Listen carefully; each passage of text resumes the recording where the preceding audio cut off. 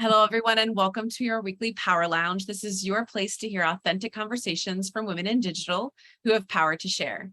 My name is Amy Vaughan, and I am the owner and Chief Empowerment Officer of Together Digital, a diverse and collaborative community of women who work in digital and choose to share their knowledge, power, and connections. You can learn more about us at www.togetherindigital.com. And this week, I'm excited to introduce you to Andrea. She's a top-ranked professional resume writer in the country. Andrea Garrison has crafted impactful hiring materials for thousands of clients, many who have gotten hired by organizations such as Google, Apple, United Nations. Maybe you've heard of them. She's even created a resume for the Chief of Staff of the Obama administration. A social worker by training, Andrea spent 6 years working in an NYC-based community agencies, helping people from high-need communities create resumes and get hired in self-sustaining roles. She became really good at writing resumes, like really, really good. She was the #1 resume writer in Yelp in New York for nearly 10 years straight. After one too many friends asked her to review their resumes, in exchange for a beer, she launched a website, and you can check it out, www.resumescripter.com. And by the time Andrea finished her master's degree in 2014, resume writing had evolved into a full-time job. Over 80% of her clients have been through referrals and online reviews, and her clients average a 40% salary bump. Those are some good numbers, some good results. Andrea, I can't help but think you were doing the job that you were meant to do. But our conversation today isn't just about that shining moment of when you finally realized, oh, this is the thing I'm good at. This is the thing I should be doing. We're talking about the fact that, and I love that you were vulnerable enough to share and talk about this topic. You're like, I was a dropout. So first of all, thanks for being with us today. I'm so excited. I'm like ready to go. Oh yeah, I'm really happy to be here. I should give you a moment to say hi. Yeah. Dropout has such a negative connotation to it, but in my honest opinion, knowing when something isn't for you and walking away, that's never a bad thing. In fact, college dropout rates indicate that up to 33% of undergraduates do not complete their program. And still, those who do complete the programs, only 30% of those that do graduate end up working in the fields, outside of where they studied. You have such a very background and a very compelling story that goes along with it. Can you give us a little bit more about your journey up to the point when you decided to leave college and be what you called a dropout? Sure. So, it's funny. I was reflecting. It's pretty rare that we get a chance to reflect on like our career trajectory. And, preparing for my chat with you, I started to think about, just the ups and downs in the journey. And it's funny, I wouldn't necessarily like refer to myself as a dropout, partially because it happened so long ago, that like like most people, I was kind of pressured by my family to go straight to college from high school, and the timing was not right. It wasn't only that I didn't know what I wanted to do, it was also that I just had so much anxiety around like transitioning to adulthood, and like, I had really unhealthy coping skills. I was drinking really heavily, and just things where my life was kind of a mess. And so it's really hard to get the most out of school and to, think about your future if you're sort of like trapped coping with the present, and emotional stuff. So true. So true. And I think too, research will show and tell you that, mental health, especially for people in their late teens and 20s, it's such a struggle. And only recently have we started to talk about it. And I'm right along with you.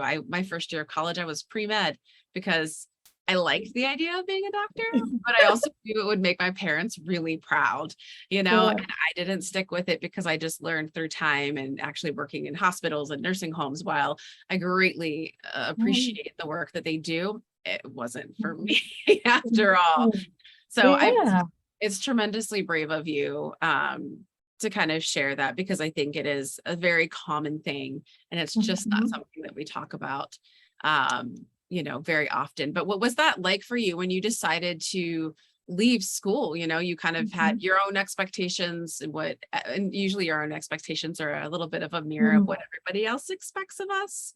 How did Mhm. you kind of work through the decision to kind of stop where you were and change course and leave school? Well, at the time, I don't even know that it was like a full-on decision. It was more like one semester I was doing great and getting A's and I was like rocking it. And then the next semester I just would stop going, partway through. So it was like about 3 years of this, really trying and really struggling and not really being able to like get the consistency going. And so what ended up happening was that I moved back to Montreal to Canada, which is where I'm from.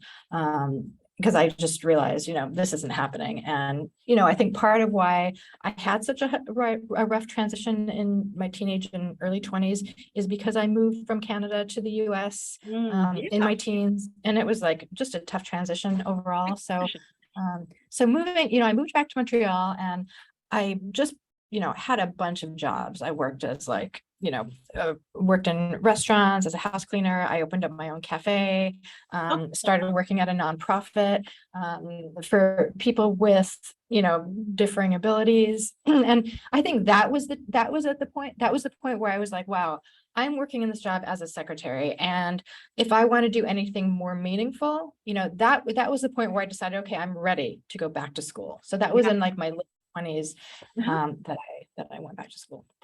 And then I was able to sail through it, transfer. I ended up going through to Columbia and Uh-huh. graduating and doing grad school, but it was it took me a while to get there. That's amazing. Yeah.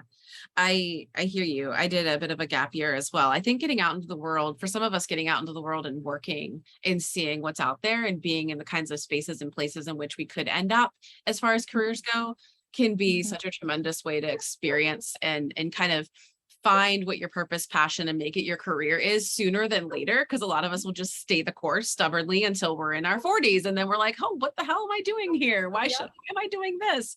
And then you kind of do it, but you just do it like, 20 years later. Um, Mhm.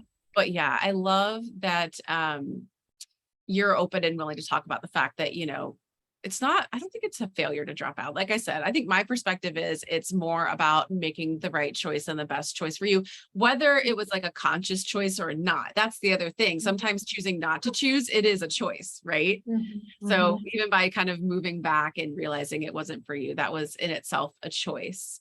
Mhm. Once you got back and you were in Montreal, give us a little bit more about what happened from there, because I think it's really Mhm.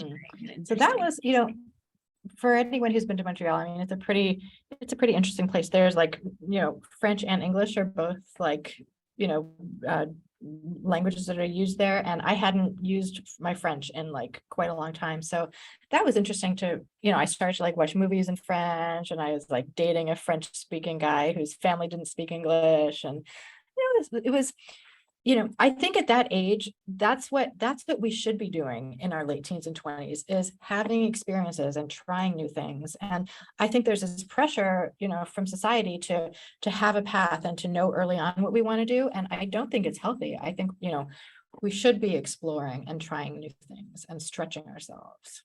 Yeah, definitely.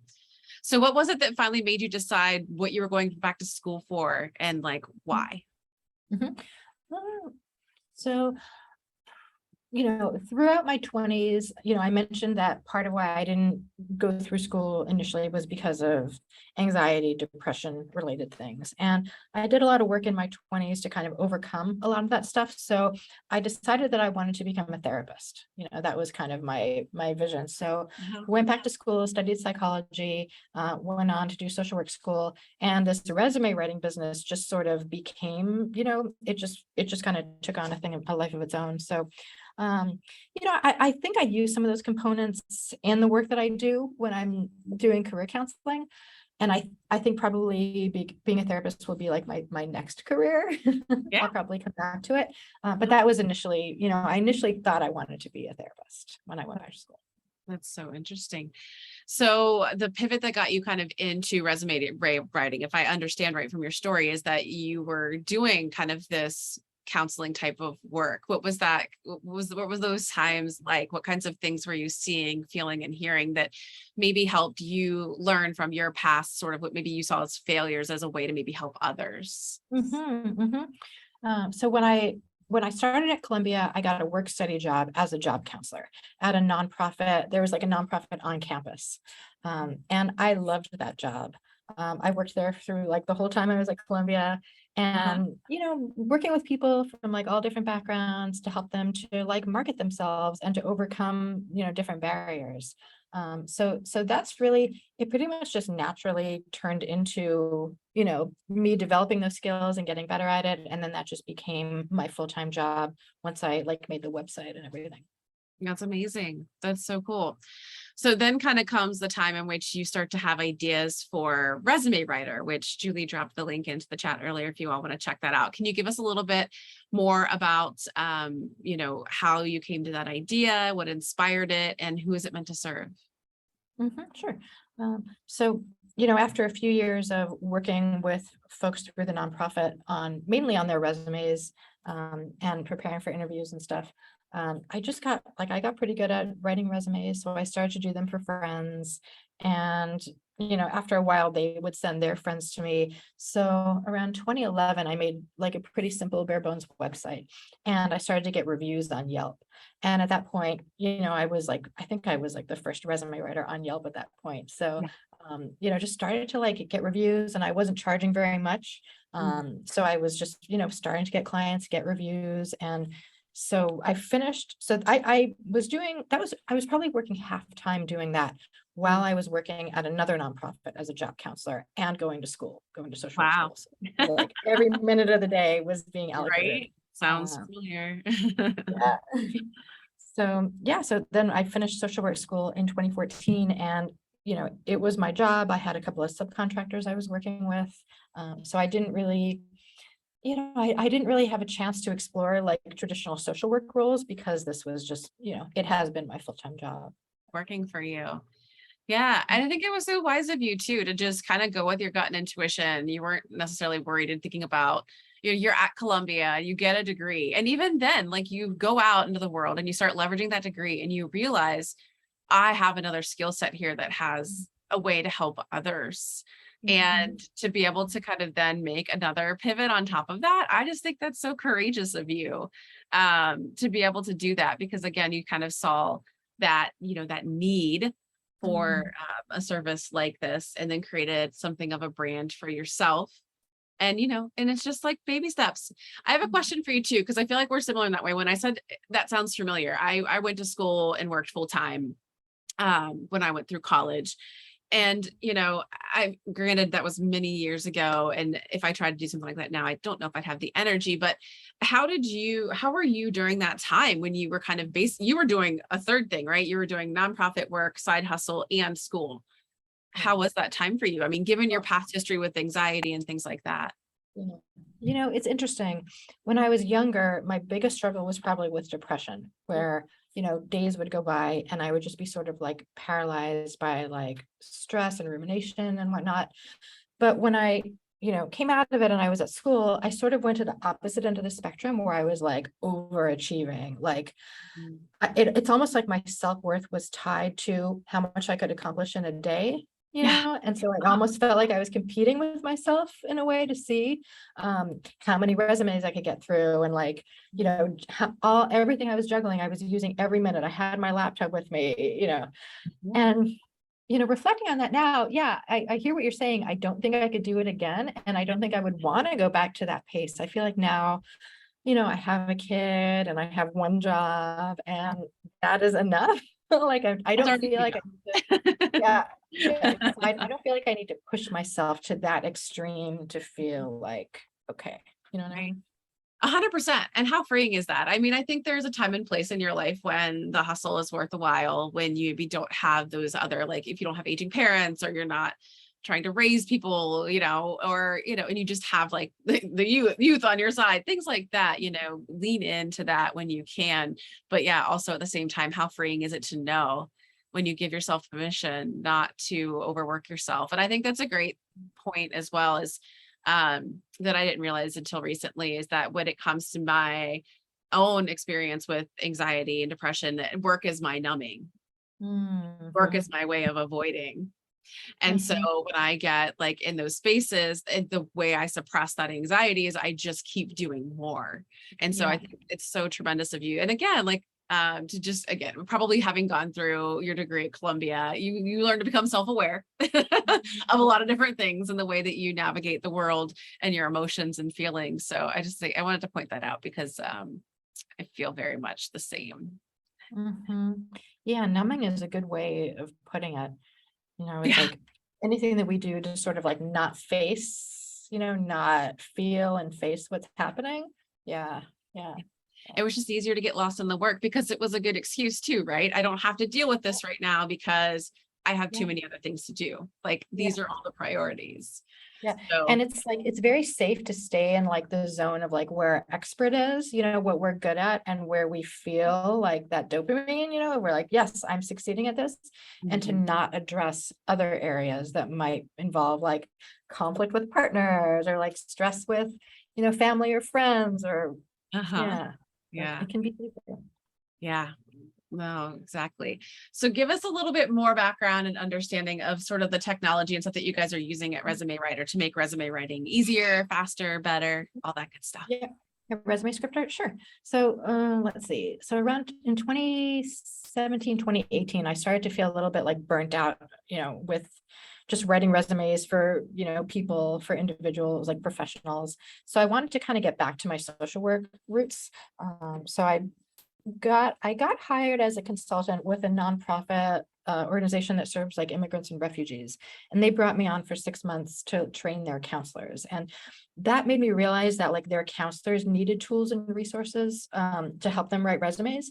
So I started to make this portal that now is in like its third iteration. And we're about to launch a version for individual job seekers later in the fall, where it basically takes, I've done like thousands and thousands of resumes. So it basically takes people through like a mini version of the process I take private clients through, Uh-huh. and it creates like targeted resumes that sort of the tool helps people to expand on what they've done, Mhm. basically, to produce like a targeted personalized resume.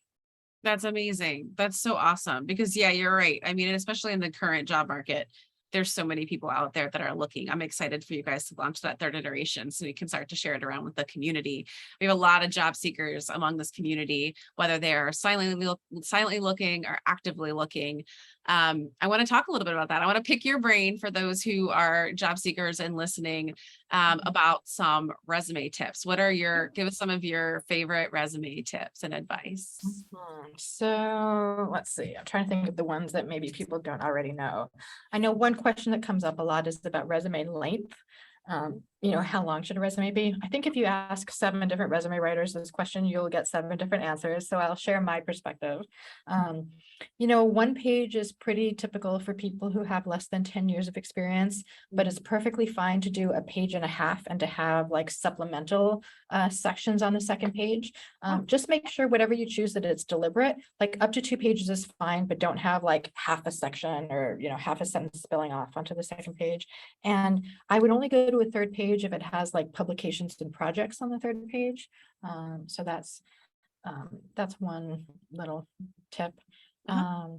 Another one is to picture, like if you picture an upside down pyramid, Mhm. that's the format that like the resume should kind of follow, Oh, where like you want to give a little more space on the page to like your most recent experience. So even if your most recent experience wasn't the most relevant or the most impressive, try to mhm, expand on it and bring out rich information, because like you want the resume to follow what looks like a traditional trajectory.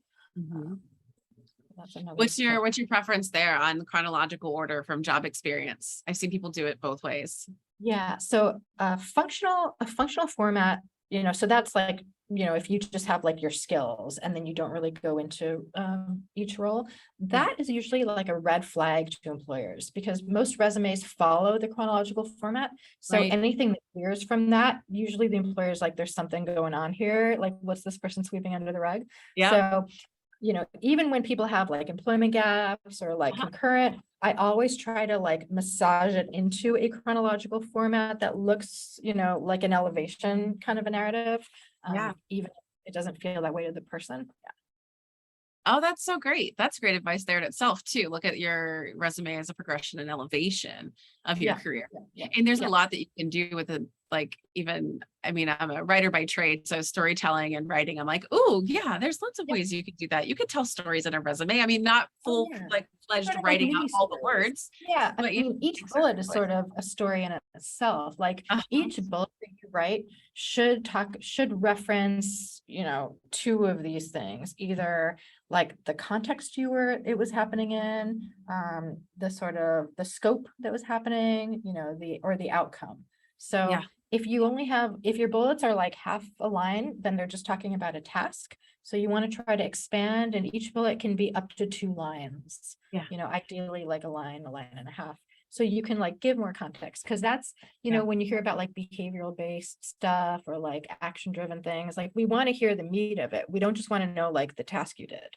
Yeah, exactly. I agree. Context is huge. I think that is I'll ask this question next, but I think that is one big mistake that I will see a lot in resumes is people just kind of list out what the job Yep. description was. And I'm like, well, I know what Yep. that role does.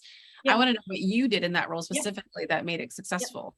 And also like, why was what you did important? Like, why did it matter? Yeah. Yeah. Mhm. Another missed opportunity. It sounds like that was your question. And I think like talking about the company, most people, yeah, they just dive right into the tasks. And usually the first bullet under each job, I will kind of expand on what the company does. So what's the scope Oh of yeah. operations for the company? What's their impact? Because that's Uh-huh. where you can weave in a lot of the impressive details that Uh-huh. like, if you didn't directly, sell 5 million of blah, blah, blah, you were maybe part of a team that did that, or a location that did that.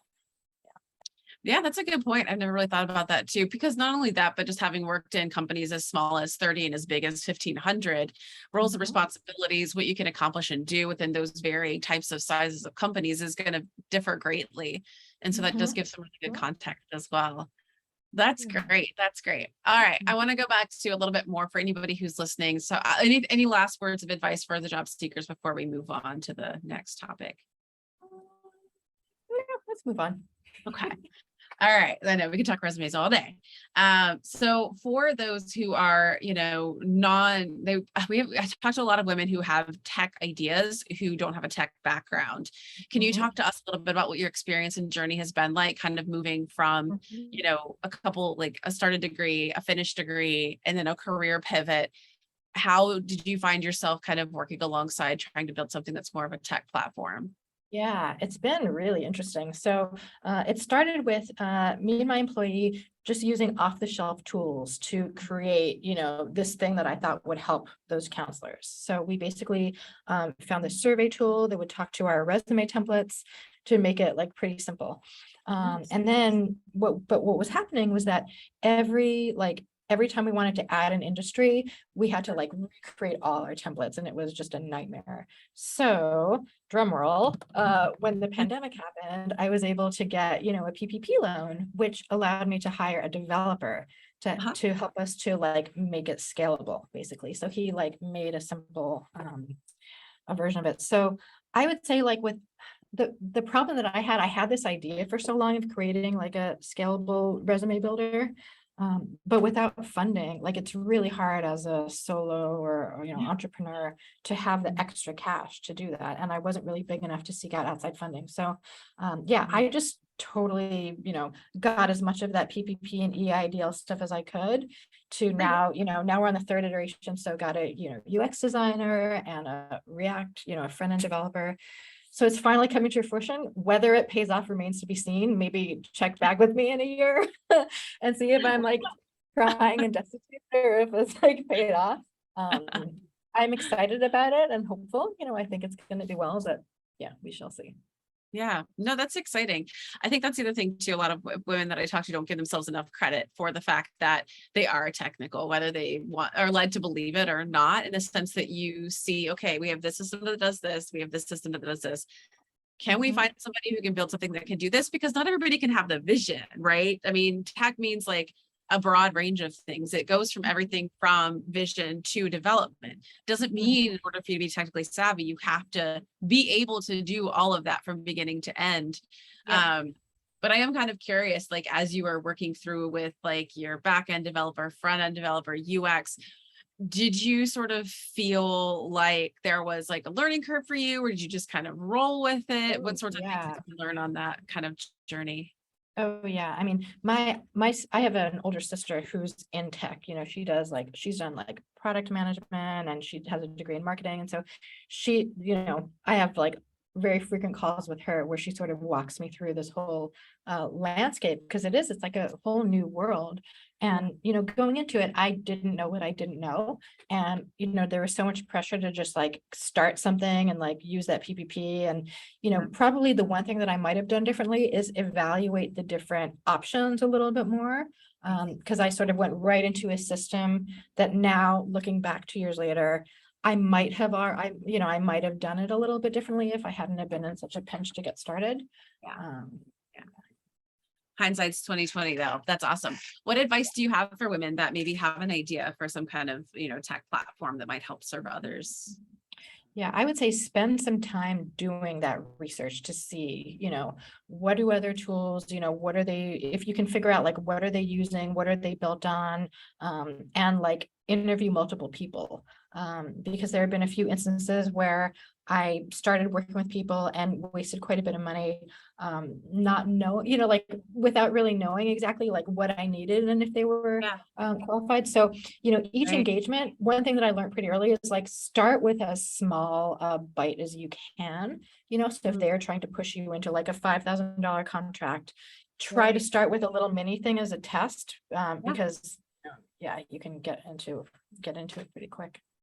That makes a lot of sense. I think that is one of the scarier things in entrepreneurship is scaling and hiring, only because, I mean, granted, you write resumes for a living, but what it's like on the other side of that. There's also that whole aspect of interviewing and vetting and really knowing if the work is going to speak for itself. And, there's all many levels of developers out there who are amazing and talented, but maybe lack communication skills, or maybe are great at selling themselves and communicating, but actually not that good at the tech side of things, So you're right, until you kind of see them take the time to apply their capabilities, especially when you're the one that doesn't hold the general knowledge of what needs to be done and how to be done. It takes time for you to be like, do they know what they're talking about? Because I don't know what I'm talking about. So I gotta know what they know. So it's definitely a hurdle for sure. I also, like, thinking back, I probably would have been in a better place now if I had engaged a project manager, even very part-time from the beginning, because that is not a skill I have, and it's not a skill my developer has. So I think someone else to keep us on track and keep us structured would have probably helped us. That is huge too. I'm a big fan of project managers. We have actually a lot of project managers among our Together digital community. And when I was, it is, it's a skill, and it's such an essential part of what we do because they totally keep the wheels on the bus. So even when I was living my agency life, like I was so close to my project managing partners because I knew they had the understanding of timeline and budget and how our time was getting utilized. So it's in my best interest to saddle up alongside these folks. And without them, it's really easy to let details get missed and things to go off rail. And I think that's another great piece of advice too that you even threw in there is, if you're ever looking at becoming a solopreneur, entrepreneur, or starting your own business, tech or not, self-awareness is huge. Knowing where your skill sets lie and where you need help and support is a journey in itself.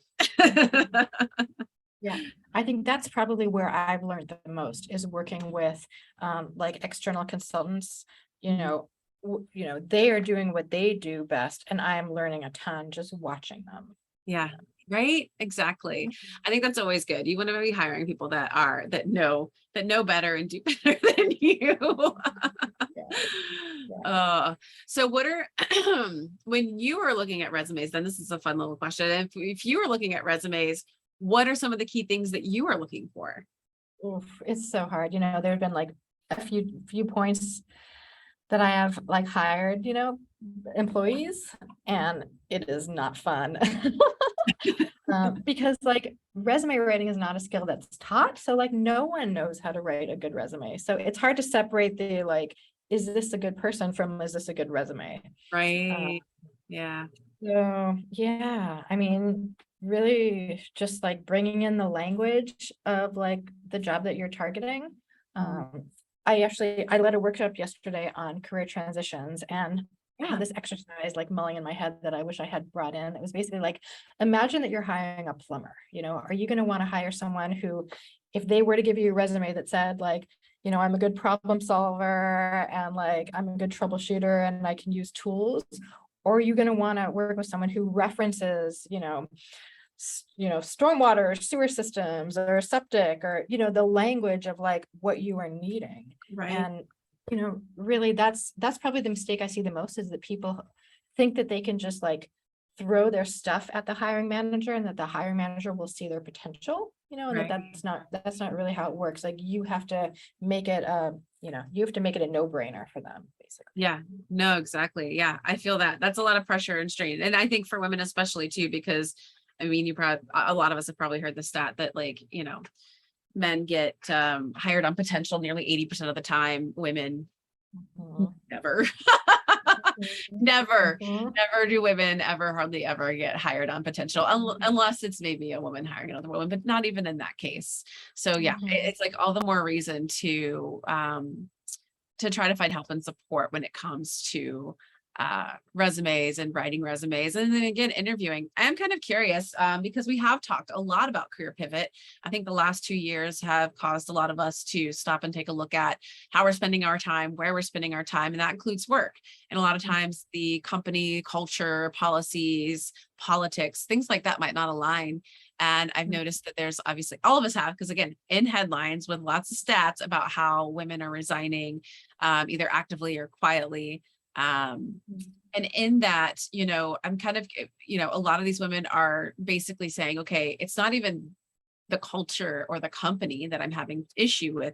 It's this lifestyle. It's the lack of purpose. There's a number of reasons why, but we have a lot of folks that are looking to pivot. So what kinds of tips and advice, I'm curious from that, maybe that workshop, what kinds of things did you have in mind for people who are making a career pivot? How do you begin to tailor that resume? Because I think a lot of people are just afraid to do it because it's like, it looks like a mistake. It's kind of like how we started the conversation. It's like, just because I started school in one thing and left to go do Right. another thing doesn't mean Yeah. anything wrong, Yeah. So, I think that people, mentally people think that a pivot is like, yeah, like a wrong turn, they have to like take a sharp right. And really the best pivots that I have seen are more of like just a continued uphill, like a slight veer, if that makes sense. So you want to, like, whenever possible, you want to try to build on what you've been doing rather than moving to something completely new. So if there's part of your role that you can, incorporate and, kind of merge with, that way you can make it feel like an elevation more than a straight up change. That's really the goal when you're Yeah. transitioning. That's great advice. I love that because I agree. It's like when women talk to me about their varied backgrounds and history, they're like, I've just made a lot of career changes. I'm like, no, you mean that you are very versatile and experienced in a number of areas. It's all Yeah. about perspective. And I think Yep. sometimes the trouble is when we are thinking about our career and our career paths, because we've been conditioned to think it's a straight, narrow path that we must follow, we suddenly Mhm. think that our story owns us versus us Mhm. owning our career story. And what I love about your philosophy of this pyramid and plus the, kind of making it an elevation over time, like, yeah, you have the right to own your career story. You can kind of take it and Oh position yeah. it however you want. Oh And yeah. you can choose that position of strength, or you can choose to let the story own you. So that's great advice. Yeah. I like that. I like that way of saying it. Yeah. Mm, Yeah. absolutely. Well, this has been fun, Andrea. Is there anything else that we haven't touched on? I mean, you have, like I said, you've had, again, when you talk to someone who has had so much life experience, different career experience, it's always hard to to nail it down to any kind of one thing. But I love all that you brought in the way of advice and experience with us today. Is there anything else you want to share before we hop off? Yeah, I think for, when people are thinking about a career change, I like to think about, what are the strengths that you want to continue to build, and what are the things that you want to be learning. Mhm. So every job change has those elements, whether it's a different sector or, same sector. So, that might help for people who are thinking about a change to make it less daunting, that, Yeah. and everyone gets more specialized as they progress in their career. So it's Mhm. not always as big of a change as it feels like. No, that's a great point. I agree. Yeah, taking small bites to the big, yeah, when you feel overwhelmed by the bigness of some kind of change, like you said earlier, whether it's entrepreneurship or making a career pivot, it's all about those tiny little steps. I love it. Well, awesome. Andrea, thanks for all that you're doing to help women and men, everyone out there, just find and jobs, especially jobs that, hopefully have not just a paycheck, but maybe some purpose behind them. And resumes are that front door for people. And it's a very cluttered world out there in the resume world. So I'm glad there's someone like you out there helping people find their way. Thank you. Thanks, Amy. Awesome. Well, thank you all so much for hanging out and listening today. We are going to take a break next week as the team is doing some traveling, but we will be sharing all of our upcoming guests here soon. Until then, keep asking, giving, and growing, and I will see you all again soon. Take care. Thanks again, Andrea. Thanks, Amy. Bye-bye.